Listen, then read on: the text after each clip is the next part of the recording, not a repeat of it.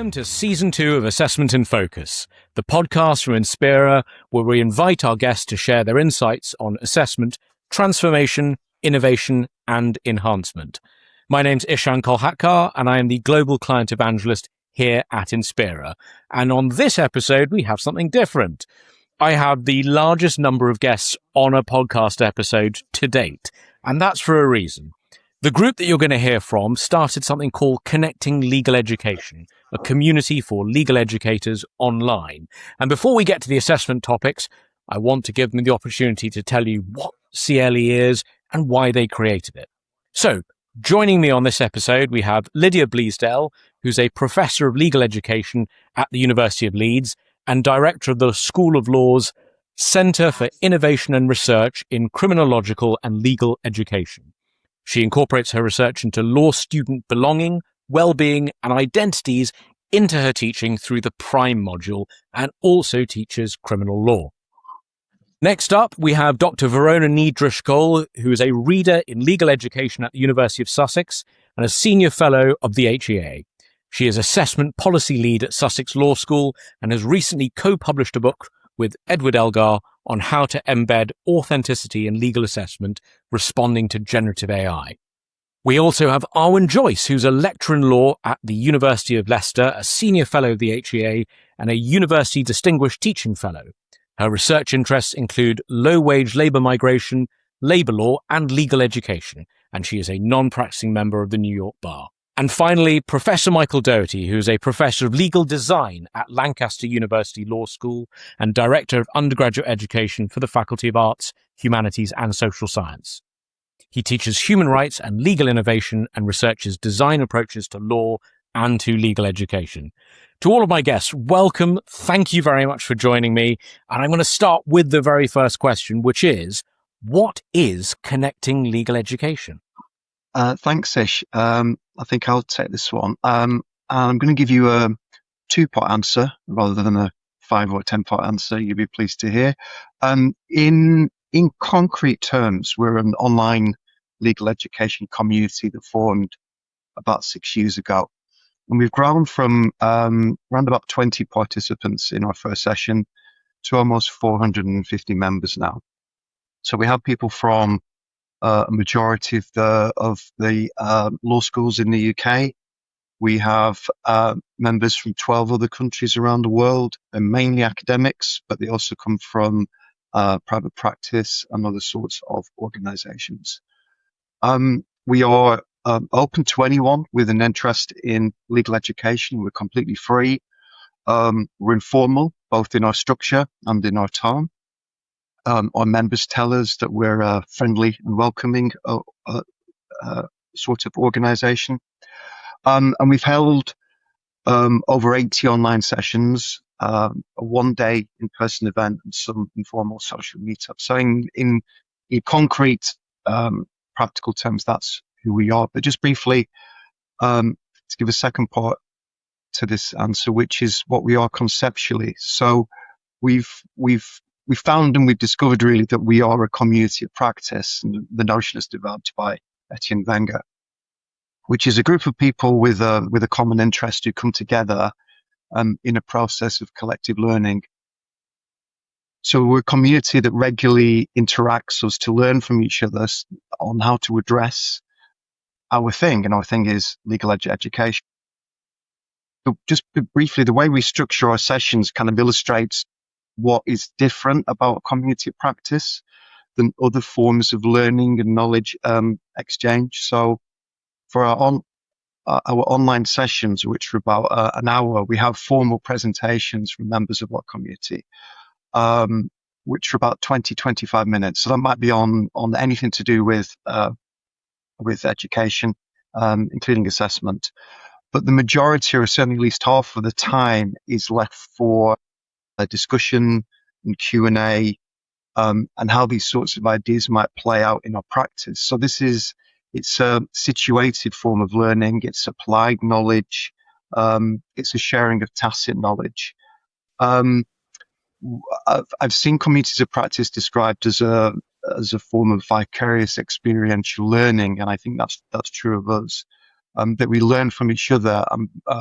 Because we're a community, we get quite a plurality of different voices. And it also includes space for kind of the power of stories, and for us to talk about our feelings and emotions in relation to how we address these sorts of things. So that's some of the ways in which it's distinct from more formal ways of learning. Lydia, I'm going to ask you, what caused you to create Connecting Legal Education? Thanks, Ish. So we created it out of the pandemic.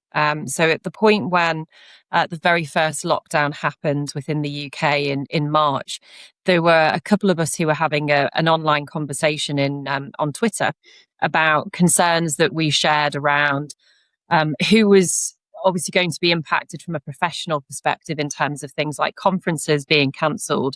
Those weren't immediately cancelled because of, in the UK context, we were talking initially about a 2-week period, but I think we all knew we were looking at longer than that, and that it could severely impact a number of legal conferences that take place in April, basically over the Easter period usually. So we were talking about that and what the challenges that we were all going to be facing. We were in an unusual position, I guess, in that, save for those institutions that were already teaching online prior to the pandemic, we were now all suddenly having to literally overnight learn how to deliver teaching online, and also support students online and help them to maintain communities that they had. But of course, as the new intake came in, actually help them to create those communities, and often doing so in isolation from each other. So we were in this position where there were lots of people who were going to be impacted in terms of being able to disseminate their research. And we spoke, for example, about early career researchers perhaps being particularly impacted by that, suddenly not having a conference paper that they could put on their CV. And also the practical impact on all of us in terms of how on earth do I, use a particular online platform to deliver my teaching in a way that's engaging and interesting, and keeps the students with me. So that was the starting point. We started with that conversation and then said, well, why don't we just put something on, and we'll just give it a go and see if anyone's interested in speaking and joining us. And it worked. We had a number of people, a kind of smaller number than we do now, I would say. And we thought, well, we'll give it another go. We had no strategy. I mean, everything that Michael has spoken about could give the impression that we had a clear business plan and strategy for how we were going to implement that. But it was very much, people still want to turn up, so we'll still just put things on and kind of carry on running these events. And we decided to have a break around about the July period, I think it was. And I think there's therefore a bit of a distinction between why we started it and also why we continued it. So at that point, when we announced we were going to have a break, we were basically flooded with emails from people saying, this has been great. Thank you so much for what you've done. And a lot of that was focused on the practical stuff, giving people ideas and sharing experiences, sharing frustrations, sharing different approaches that were being taken at an institutional level. But a lot of it did come back to that sense of community. We had a lot of people who were very isolated, either because they lived alone. In some cases, there were people who were stranded in the UK who couldn't get back home, who had no family or friends around, particularly their institutions obviously physically closed down. And so what I guess prompted us to continue with it was that sense that we were serving a useful purpose in terms of that community, as well as in terms of those practical tips.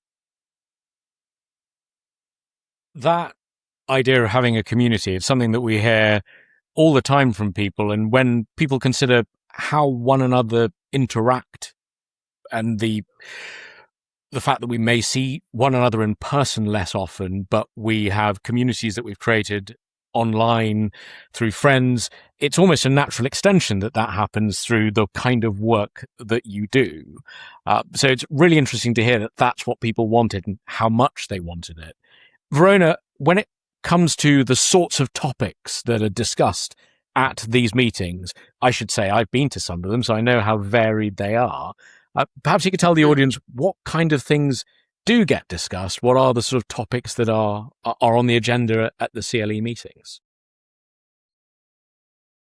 Yeah, thanks, Ish. As Lydia said, this was very much about responding to the pandemic and the challenges.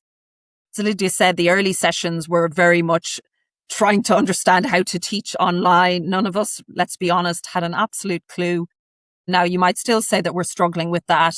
Have I unmute, and so on. But I mean, it was very much those early days of just trying to get a handle of what we were being expected to do. Early days, as Lydia kind of mentioned and alluded to, online teaching and learning, but also then the supports that were needed around supporting students in that environment. But yes, as we continued, if you like, I guess what the types of sessions we had, at times there was kind of organic development. As Lydia said, people were contacting to say they'd like to share something. Other times we were maybe thinking we needed to address a particular issue and so on. So broadly, we've had sessions on assessment design, curriculum development, innovation in teaching. We've had sessions on inclusivity. We've had quite a lot of those this year as it happens. So yeah, very kind of, I suppose, iterative, responding and so on. Responding or reacting to different kind of issues and needs. A couple of examples, just by way of the ones that stick out to me and were really well responded by the community. We had a session on Say My Name. So in terms of building inclusive classroom environments, but a whole array of sessions. We've had a number of sessions on decolonizing the curriculum, what that means. Can you ever decolonize the law curriculum? We've also, as alluded to earlier, we've had sessions on career development, so supporting colleagues as well, and particularly on education, focused roles, so maybe described as education and scholarship or teaching and scholarship roles. We've also, as Lydia said, I remember particularly, I can't remember when it was now, maybe it was 2 or 3 years ago, where we felt towards the end of the academic year, we just felt we needed to have a session to like almost hold space for people, where people were really struggling, so very, I guess, organic on some level, but I think we do try to tune into what's needed. AI, of course, we've been trying to grapple with that. But then at other times, I think we've said, let's not have any more AI discussions for a while, So I think it's an ongoing, kind of ongoing conversations and discussions. But broadly, I think we try to really lean into all the different elements and aspects of what legal education is about. So what is it in the classroom? What is it outside the classroom? The curriculum, AI, and so on. And just by way of interest and a session that's coming up in a few weeks, we're going to have a session on responding to everyday sexism in academia. And again, I think that's probably something different, and we're hopefully providing a space for people to feel seen and heard as well. So yeah, I hope that answers your question. We discuss everything at Connecting Legal Education. You very much do. I still get the notifications telling me what each session's about. I think one of the things I find most fascinating is, yes, you're all legal educators. That's what brought you together. But the idea that you confine it just to legal topics couldn't be further from the truth. It is everything relating to that being a legal academic and being an academic in a broader sense too. I have talked about CLE to so many people in so many different countries, and I don't think you'd need to enumerate the benefits of membership. But Arwyn, I'm going to ask you the question so that you can tell us from your perspective as the people who run it, what you see the benefits to be for those who are members of it. Thanks, Ish. There are so many benefits, I think, and some of them have been touched on already. So that idea of community and being able to tap into a network of people who can share their experience, things that they've tried that have worked, and then telling us also what hasn't worked so well, so we can all take that knowledge in as a community. But as Lydia said, it started as a way of coming together and feeling less isolated during the pandemic. And I was certainly joining from those early days just as an attendee because I was really seeking that. I was somebody who wasn't able to present at the conferences, just like Lydia was saying. But CLE has continued past that point, and it's grown because it's such a supportive group. It's a place where legal educators and people who care about legal education are finding connection. They're finding shared purpose. They're learning new things. They're being able to share their research. So I think it's quite meaningful to share that deep sense of purpose. We're all very interested in helping our students achieve their potential, to being the best legal educators that we can be. And CLE is a place where we can share in that, but also where we can celebrate the wins of teaching, where we can celebrate the joy that we derive from being in the classroom with our students. So there's that real sense of belonging and being part of a community that all shares this passion for teaching law. I think that's what keeps people coming back, whether they can just drop in once or twice a year or whether they're coming to every single session. You always tap back into that community when you come and join us. And so evident from the sessions that you run. Now, before I move on to my other questions, no one has managed to mention so far the festival that you ran. So one of you has to tell the world about the festival. If I can work out how to do it, I will cut in some photos. I will do the one of me in a hat. I'll try and find the one of me with a xylophone. The xylophone has been used in other countries. So who would like to tell the audience, please, about the festival that you ran 2 years ago now, I think? I'm happy to, if it helps. So the festival was, we could have called it a conference, but why do that, right?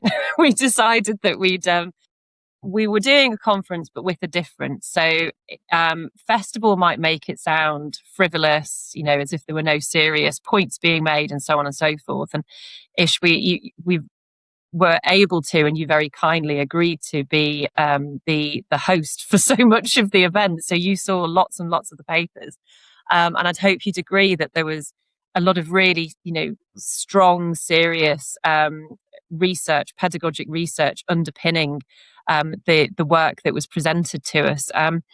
But we also wanted to make it fun because that's part of, what we try to do within CLE. And I think, again, that was partly born out of the time when it came about, that we all needed a little bit of fun in our daily lives. And I think we tried to kind of bring that through within the fest. So we did the standard, put out a call for papers once we'd received the funding. So we received funding from the Society of Legal Scholars and also the School of Law at Leeds. And we had a lot of applications, more than we could accept, actually, although we were able to include all the speakers in one way or another, whether at the fest or on a CLE session subsequently. And we had our, traditional kind of panels and streams and so on and so forth, different formats of paper, but with lots of fun in the middle of it. So people were greeted at the building with a bubble machine and chalk on the ground, sort of welcoming them to this CLE Fest and a hashtag for them to use on all of their socials. We said people could come dressed in festival wear if they wished, and some very much leaned into that, which was brilliant. Michael had the fantastic idea of getting people to bring some cuttings, whether from their own garden or from a space where they wouldn't be committing theft, and to bring those along to the event. He came over with all sorts of small vases and various other things, and he created, because he was very much the handyman on this, a kind of display of all this beautiful flowers and various other things at the front of the room. We had a piñata, which was used at the end of the day, and as the person who tried to open it, the less said about that, the better. Conferences always have your staple conference bag, and we decided not to have ours pre-printed, but to give people the opportunity over lunch, if they prefer to do something a bit quieter by themselves, as opposed to being forced into that socializing that often happens at conferences.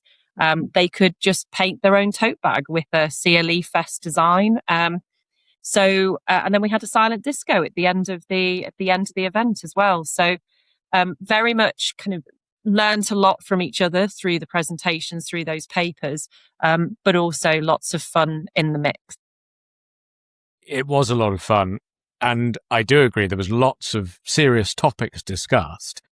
I'll make sure that in the show notes that appear underneath this podcast where we publish it, people can find your website, because they should get in touch to find out how to make a conference fun, but also how to get those ideas out there. I think one of the greatest things that you did was the short presentations where people had to pithily describe what it is they were doing. The sort of, in a long day of a conference or festival, whatever you want to call it, having to think about all of those things, actually lots of, I was going to call them short, sharp shocks, and they are in a way, those points you can go away and think about later. I'm sure there's lots that it spawned in terms of ideas from people. So yeah, I'll see if I can get some of the pictures into this podcast episode. Obviously, if you're listening to it as an audio only, you won't see them. Go to the show notes, go to the website, see what's on there, and find out more.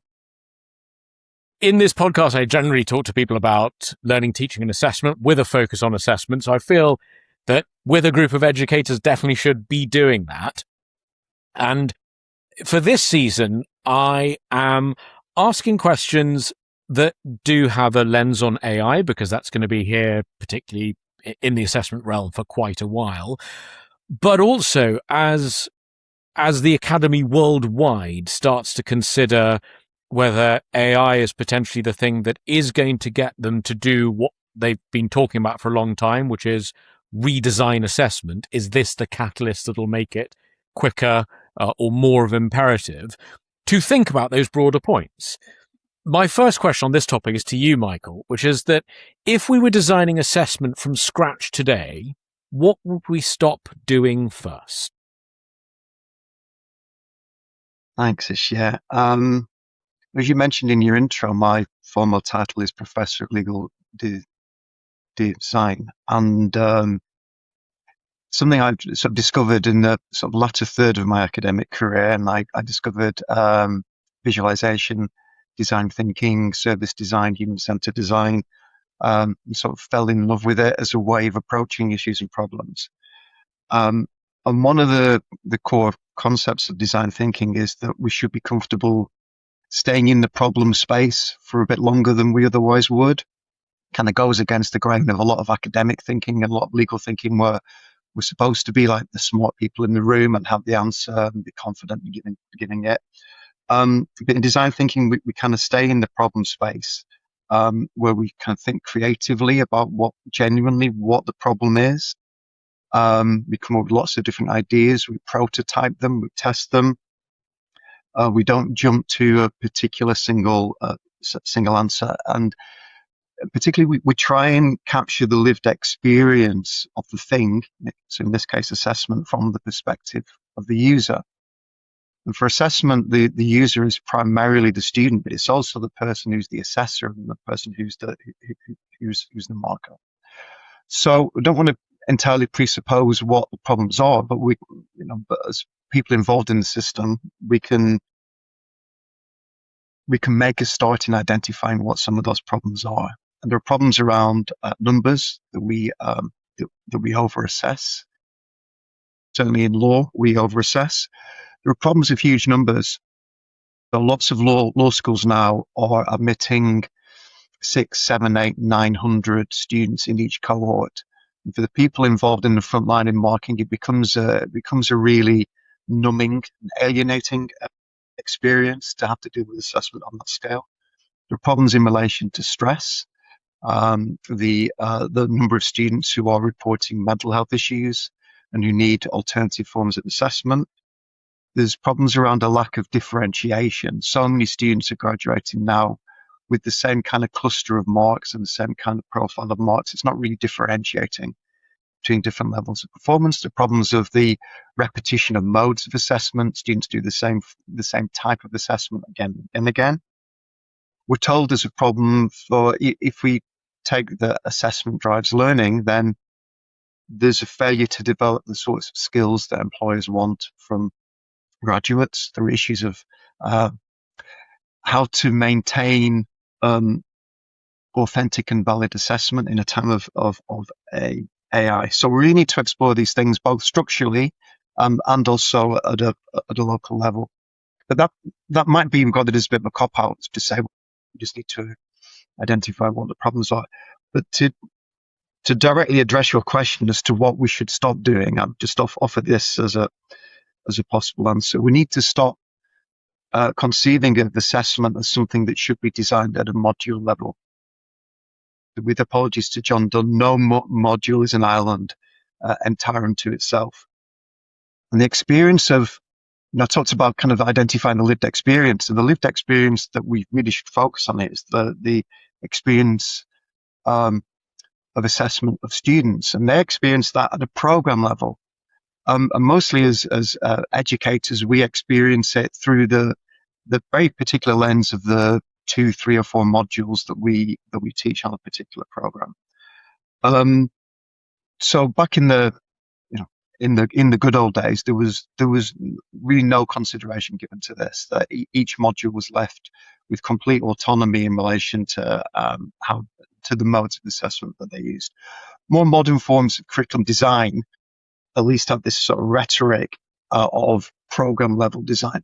But what I see very often happening in practice is that assessment decisions are made at module level. And then the sort of meta-narrative is kind of retrofitted.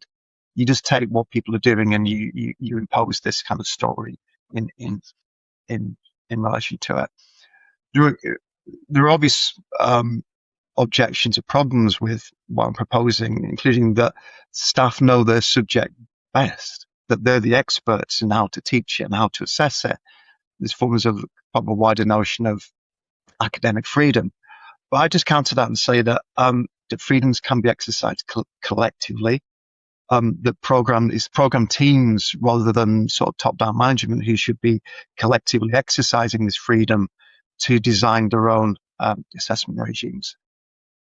In no way is it a silver bullet, but approaching these things programmatically enables program teams to try to avoid the over-repetition of particular modes of assessment, to try to build skills in a kind of virtuous spiral through a program, to address issues of authenticity of assessment, etc. So it's that program level approach that I think we need to start doing more effectively. I couldn't agree more, Michael, and I think that it's possibly exacerbated in the way that we assess modularly at the moment, that everyone picks the same sort of assessment instruments and the same type of assessment. So you're doing that same thing 16 times over. And it also strikes me as I think about making people career ready, future ready, post-university ready, however we want to describe it, in that broader sense, not just thinking law students become lawyers. None of us live our lives modularly, certainly in the world of work. We are very much expected to know our domain and perform in that way. And we're not, if we think of pieces of work as assessment as the analogy, it's never just that tiny slice of it. So the skill we're teaching people to synthesize the various areas is certainly one that we can, that the students would benefit from in terms of their overall lived experience of university in the way that they do it. I've got one small follow-up for you, which is, I agree with you that one of the difficulties will be that people have done it for so long and they're used to designing their assessments. If people wanted to get into that first step of thinking programmatically and let go of designing their assessments, what would you say would be the sort of conversation that maybe a program team need to have so that people teaching their module can feel sure that eventually, in whatever configuration there is, the right things are being assessed, without thinking that they have to give a complete solution of, it must be an essay, it must be on this day, it must be in a closed book environment? What's the one step back they need to discuss to better understand one another? I think there's possibly 2 steps you could usefully take. Each program will have program level learning outcomes, and they'll be written in a document. And if you look really hard, you might be able to find that document somewhere. they never really live as kind of active reference points. And I think that we should use them more. So as a program team, you might start with your stated program level learning outcomes, but I think you should go on there and say, for a student graduating from our program, what do we want them to be able to do? And that list then is your starting point. Is if this is what we want them to be able to do, then these are the sorts of things that we need to help them develop through our teaching, through our learning regime, and through our assessments. So that's one thing. And the second thing is just speak to people. I mean, I talk about design thinking and lived experience, but ultimately it's about speaking to people. So I've got a group of academic advisees who will be graduating this summer, and I sat down with them individually, one-to-one. I asked them how things have been, what they'd liked, and so forth. And one student said it was okay, but it just felt like we were doing the same thing again and again and again. We learned how to do problem questions, and we learned how to do essay questions, and then we just did that, as you say, 16 times over the course of 3 years. And different conversations will go different ways, but you've just got to sit down and make time and listen to the people who are subject to your assessment regime. Thanks, Michael. We take that as something which is undoubtedly, if enacted, and hopefully when enacted rather than if, across institutions, will take some time to be designed, to be tested, to actually become the norm. Lydia, taking it the other way, what's one practical change an individual academic could make next year that would genuinely improve the student experience of assessment, feedback, or both? So interestingly, we've been through that process that Michael's just described a number of years ago, a couple of years ago, because we've just this year launched a new curriculum. And I preface what I'm going to say with that just because the outcome of that is that across the first year's 6 core modules, there are no repeat assessments, as in every module has a different form of assessment. Now, that can obviously be really exciting and interesting. And actually, what I would say is that some of the new kind of ways of assessing through things like visual case reports, visual policy briefs, reflective pieces of work, those can actually, in my experience at least, be more interesting to mark than marking hundreds of papers that address broadly the same question that they've been set in a particular area of law and they've written 3,000 words about or whatever it might be. But it does create a challenge in terms of helping the students to prepare for those assessments, because you can't, for example, just introduce a formative assessment on a problem question in one module and say, right, you can translate your learning from that module into the others where you have problem questions, because that transfer can't happen. What I have found helpful, and I don't have the full official data to back it up yet from the students because we don't have our mid-module, our end of year reviews yet. But anecdotally, the students have found this helpful.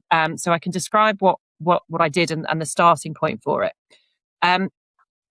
I designed a module with the assistance of 5 paid research assistants who were all first year or final year undergraduate students across a range of our programs. And what I kept hearing was that there is so much pressure on the end of the year because so much of the assessment just comes at that point. And it would be obviously helpful to have more assessment touch points and so on, but we have practical challenges with that. So we are one of those schools that Michael referred to with a very large intake of first years this year, albeit not as large as some others. And clearly being able to kind of have multiple assessment points throughout the academic year creates challenges for us, but also, of course, with the students themselves. So I tried to find a halfway house, which was basically to put some of the summative work into their workshops throughout the year. So the assessment is a reflective assessment, and they had to write 500 words of reflection for every workshop up until the end of workshop 6. And they were able to choose one of those to be one of their formatives. So it wasn't duplicating work as far as formatives were concerned, because it was work they should already be doing for the workshops. That did lead to a lot of marking because it was over 400 of them submitted. So they took up the opportunity, which was great. But it also addressed some of those concerns around who is able to take up those sorts of opportunities. Because we know that so increasing numbers of our students are commuter students, have caring responsibilities, are working a lot of hours for financial reasons. But if they were able to do the workshop prep, then they were able to kind of potentially do one of those formatives at least and get feedback on it. And the formative was then one part of their summative. So it should reduce, if they've engaged throughout the year and they've done the formative, it should reduce the pressure in that summer period. What we did after the release of the feedback was we had a dedicated workshop where there was no prep on the part of the students. The only thing they had to do was just turn up with their formatives. And we had in our feedback said, we want to talk to you about these one or two things in particular and how you can improve upon them for the summative. And the reason for doing that was because my own experience of working with students on academic stuff is that, for starters, we spend a huge amount of time putting feedback on our work, and we can see who has opened it. And we know that many of our students never open it. If they're happy with the mark, they don't read the feedback. Unless they're then prompted at the start of the academic year, which does sometimes work. This obviously forced them to engage with the feedback on a formative level. But it also meant we could have a conversation with them. And that has been, in my experience, one of the most useful things that you can do is to actually talk to your students, because you can better explain what a particular phrase means, or when you said, that there was a particular area where there could have been a greater depth of analysis, you can point to it and actually then talk them through it and say what that might look like in reality. And that's the thing that the students said they really valued, not having to make time to go to an academic support hour, which isn't timetabled for them, not having to work out when they are and where they are and who's holding them and all the rest of it. It was a timetabled slot, 2 hours, a normal workshop running time, and they were able to come along, ask questions as an individual and as a group. So it's a tricky one, because it obviously involves making sacrifices as far as content is concerned, which we had to do. So to not have a workshop that had substantive content is a big sacrifice. But my overall impression is that from the students' perspective, it was worth it, because it really helped them to unpick the feedback, to clarify questions that they had. But I'm also hopeful it might result in a more pleasurable marking experience from the staff perspective, because it has been so embedded throughout the module, throughout the whole academic year, because they've received feedback on one part of what will eventually be their summative already. The hope is that it will result in good quality reflective pieces. So that would be a starting point that I would suggest that people think about, because we've certainly found that helpful this year. I can absolutely see how that would be beneficial. I remember back to being able to divide my students into two piles: the ones who would take the feedback form, study it carefully and ask me 200 questions, and the ones who seem to have invented a way in one scoop of picking up the feedback form, scrunching it up, putting it in their bag, never to be seen again. So actually making them confront it and giving them the tools with which to understand feedback and use it, to my mind, sounds more valuable in a substantive session. Verona, I'm going to come to you on AI, because there are some out there who will say, well, great, we should use AI to solve all of this, and others will say we must use no AI whatsoever. And then most of us who are now in the middle saying this is more nuanced than taking one end of the scale or the other for all of it. So let's do that. How will AI benefit assessment practice, if at all? Because I don't want to presuppose that it will. Genuinely looking for where you think there might be some benefits and what people should be doing about it. Yeah, thanks so much, Ish. I think the benefit is linked to maybe some of the comments made already by Michael and Lydia, that the challenges, if we like, of generative AI, particularly because I think it's generative AI is the challenge in higher education, is that it is forcing us to question what is assessment for, what's the purpose of it, what's the value, do we need to assess what we traditionally assess in law schools anymore? So I think that is a benefit. I mean, it doesn't maybe feel like a benefit right now because it is linking to what you said earlier, Michael, about this kind of problem space. It is a wicked problem, right? At the moment, I think it is a wicked problem. There's a recent piece by Thomas Corbin, Margaret Berman, David Boyd and Philip Dawson-ish, who I know was on the show, was it last year? Yeah. And they have a piece entitled The Wicked Problem of AI and Assessment. And so it is a wicked problem. And what they mean by a wicked problem is, again, to pick up on what you said, Michael, not a cop-out, but there is no solution, right? It is a wicked problem. And all we can do is engage in that kind of ongoing, kind of adaptive work, shaped by the competing priorities and evolving conditions.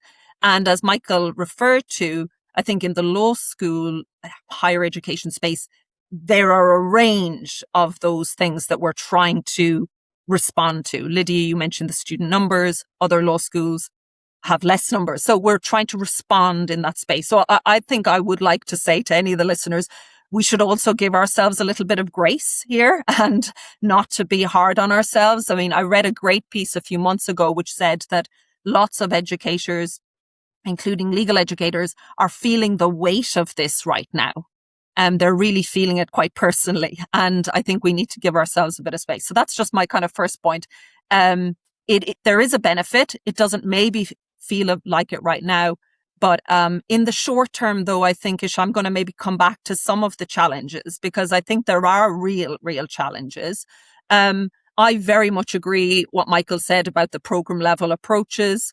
And it would be wonderful if we could get to that space. We can certainly learn from medicine in that regard, I think. But we're not there right now. So if we are to say, well, what do we try to do right now, here and now, as it were? Again, Ish, you said that kind of embrace and so on. Again, I'm drawing a lot from the literature by many of the academics in Australia, particularly because I think they have been maybe a little bit ahead of us in terms of the work here. Again, some of the people that you've had on the show already, I think, have been really helpful here. But Danny Liu and Adam Bridgman's two-lane approach, which they introduced at the University of Sydney, I think is quite helpful just in terms of giving ourselves a structure. And what the two-lane approach is, for those that are not aware of it, in essence, it says that lane one assessments should be secure from generative AI in person or outside of the generative AI environment. And lane two assessments are ones that engage, embrace, in a scaffolded and a supportive way. So I think that's a useful model. And I think law schools have to engage in that kind of approach. So what I would say, and maybe not everybody on the call would agree, I do think we still need some in-person assessments. I do think we need what has been referred to in a recent Wong-Kei report as accountability moments. So maybe again, Ish, I can send you the link to that if you're not familiar with it, and to share with your listeners. But the Wong-Kei report that came out at the end of March is about how students are experiencing assessment and learning in an age of AI. And so again, Michael and Lydia, picking up on the points you made, we need to listen to students. I think that's a great report for thinking about how students are experiencing assessments. Broadly, what that report says is that students are making rational choices about how to use generative AI because of the way we've designed assessments. They will, they'll take very different approaches depending on how we have designed assessments. So they also recognize there needs to be accountability moments.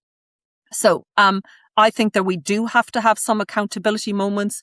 What they look like is another question. They don't need to be, 350 or more students sitting in an exam hall doing an unseen exam. They can be other things like ORC-based assessments and so on. But as Michael said, there are challenges to that as well because of scale issues. So yeah, I might probably stop there, but I think it is a wicked problem. I think we do need accountability moments. I think we need to give ourselves a bit of grace. And maybe I will just add one final point. I do think there needs to be better collaboration between a legal practice and the regulatory bodies and legal education on this topic. I feel there can be a bit of a disconnect in some of the discussions on this topic. So on one level, we're hearing you're a law school, everyone is using AI in legal practice, so you need to do this, this, and this. Our function is very different, I would say, to legal practice, right? Even just by one kind of point of disconnect, if students want to go into legal practice in this jurisdiction currently, they need to go through in-person assessments, right? So so I guess my point is there can be some disconnect in the conversations around we should be doing this in legal education because this is happening in legal practice. And I would say that we need to, again, coming back to it, have a bit more of a nuanced conversation about where, what is the purpose of a law school. So I'll stop there. Verona, a fascinating answer and lots of things I agree with. And one follow-up I want to ask you, which is, I agree with the two-lane approach. I think for now, certainly that is the right answer in a world of generative AI that's still emerging, and we'll see where it goes and the speed at which people can make change. My greatest concern is that the secure route will just end up being lots and lots of exams, unseen exams, closed book environment, and just pre-generative AI, the tide was starting to turn on those being the ways that we most commonly assessed. As I said in a previous keynote a couple of weeks ago, no one ever got told off for actually implementing another unseen exam, because we all know how to do them and we all know how to operationalize them. Briefly, how do you think law schools need to think, or what do they need to do to think beyond that closed book exam in the secure space? I know you and I both share a view that there should be more oral assessment in universities. Is that it? Is there other things that we should be doing and looking at? We should, you'll be glad to hear that we should also consider digital assessment and think about what role that plays. I think there is a place for that as well, particularly for some types of exams in law schools. So just by way of example, we're thinking about what do we do with our MCQ assessments, right? So as you said, we don't want to have to move in-term MCQs into an in-person environment in the sports hall on campus, right? Logistically, that's really problematic.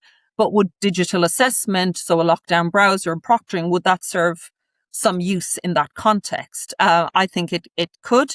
And I think that would be useful. Lots of students are already familiar with that. But of course, there's also huge pushback, right? A lot of students have concerns about that kind of, they might describe it as surveillance, their privacy rights and so on. So coming back to your point about in-person assessments, well, could it be an open book exam in person? That's what we are advocating. We've made an application to move some of our first year core law subjects to an in-person assessment, but it's an open book exam.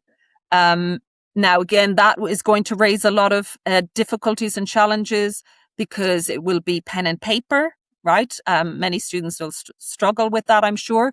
So the ideal would be that if we had access to laptops, and then it could be in a secure environment. I mean, I think that would be the ideal, right? So I think you have to, again, it's an ongoing conversation, right? Because we might also say, of course, that in-person open or unseen exams or even open book exams, it doesn't mean that they are, they're cheat, proof or cheat free or whatever, right? And now we have AI glasses and wearable AI. And so that's a whole other challenge. But I think what I would say is there has to be some kind of accountability moments. I mean, I'm hearing lots of people talking about Viva exams. That again, I think that could be really valuable. I suppose my only concern about the online assessments, so most of our assessments in Sussex Law School are online assessments.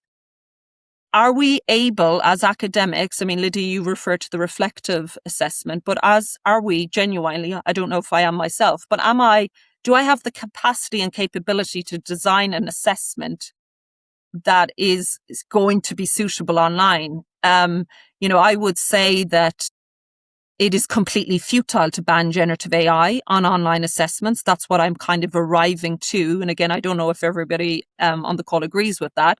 But then I'm also saying, but how do I assess in a meaningful way in that?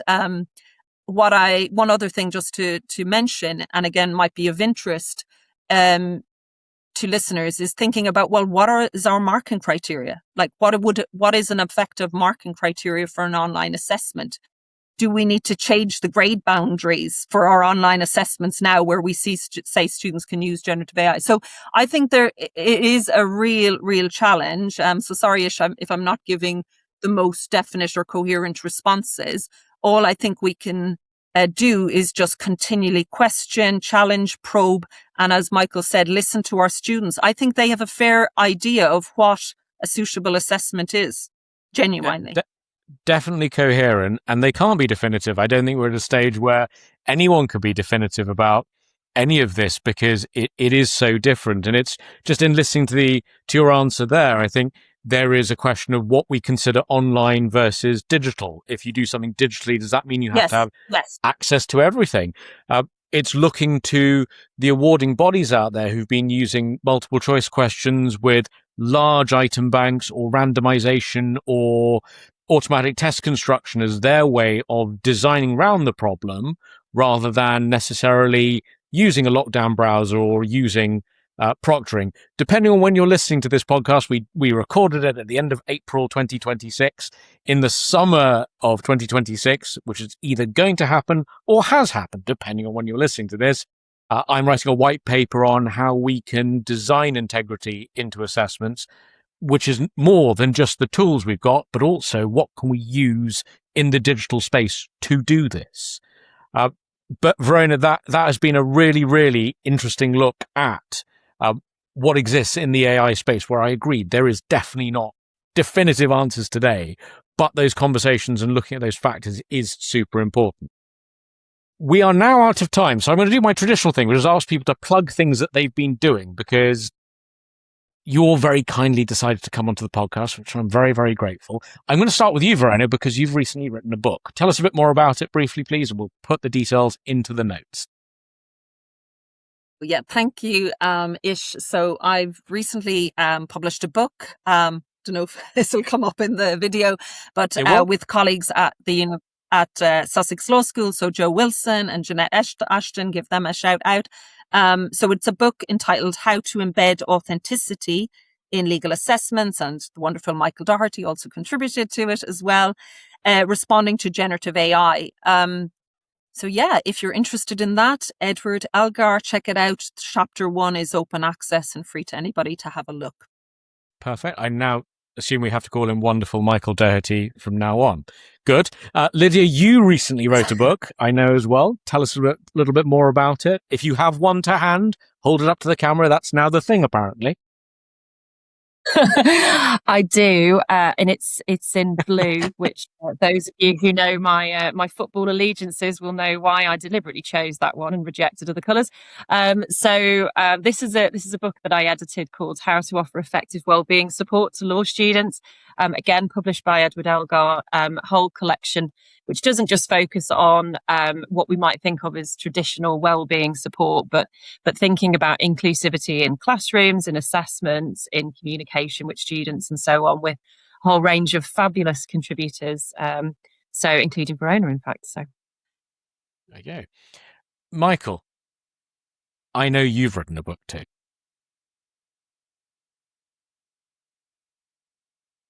And there we go. This is the technology. Michael is on mute. I'm going to try and unmute him. There we go.